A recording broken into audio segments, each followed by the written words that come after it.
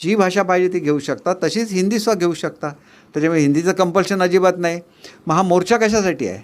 मराठीवर कुठे दुर्लक्ष झालं आहे? मराठी तर कंपल्सरी आहे. मराठी 10वीपर्यंत कंपल्सरी आहे आणि जी शिफारस माझ्या समितीने मी ज्यावेळेला शिक्षण मंत्री होतो त्यावेळेला केलेली आहे, त्याप्रमाणे 12वीपर्यंतसुद्धा ती कंपल्सरी केलेली आहे. आता मराठीमध्ये इंजिनिअरिंगचे अभ्यासक्रम सुरू झालेला आहे. 40% मुलं मराठीमध्ये इंजिनिअरिंग करत आहेत. पुढच्या वर्षीपासून कदाचित मेडिकल मराठीमध्ये सुरू होईल. म्हणजे कशासाठी? काय झालेलं आहे? लोकांना खरं सांगा.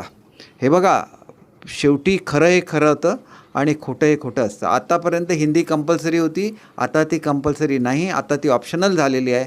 केवळ राजकारणासाठी राजकारण चाललेलं आहे. मराठीसाठी पूर्वी काय झालेलं होतं? मराठी भाषेचं धोरण दिलेलं होतं का? मी ज्यावेळेला मराठी भाषेचा मंत्री होतो त्यावेळेला मराठी भाषा धोरण दिलं. मराठीला अभिजात दर्जा मिळावा, किती महाराष्ट्राची इच्छा होती, ती आमच्या सरकारने पूर्ण केली.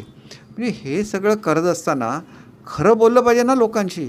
लोकांना 10 वेळा सांगितलं तर ते खरं वाटायला लागतं आणि त्याच्यामुळे मला असं वाटतं की ह्याची माहिती घ्यावी. माहिती घेतल्यानंतर हे जर असत्य असेल तर मोर्चा कशासाठी? हे बघा, राजकारण हे कधी मराठीच्या बाबतीत येता कामा नये.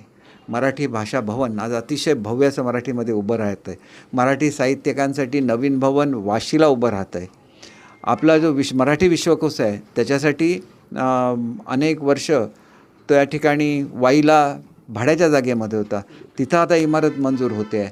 म्हणजे मराठी एका विशिष्ट दिशेने चाललेली आहे. जगभरातल्या मराठीसाठी मराठी संमेलनं घेतली जातात. जगभरातल्या मराठी लोकांना एकत्र केलं जातं. आधी संमेलनं फक्त महाराष्ट्रामध्ये होती, आता बृहन महाराष्ट्रामध्ये होत आहेत. म्हणजे किती गोष्टी.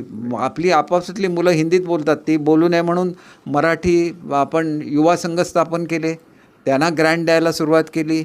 म्हणजे मराठीसाठी एवढं सगळं होत असताना केवळ खरं काय आणि खोटं काय एका व्यासपीठावर येऊन सांगा ना. नक्कीच. काही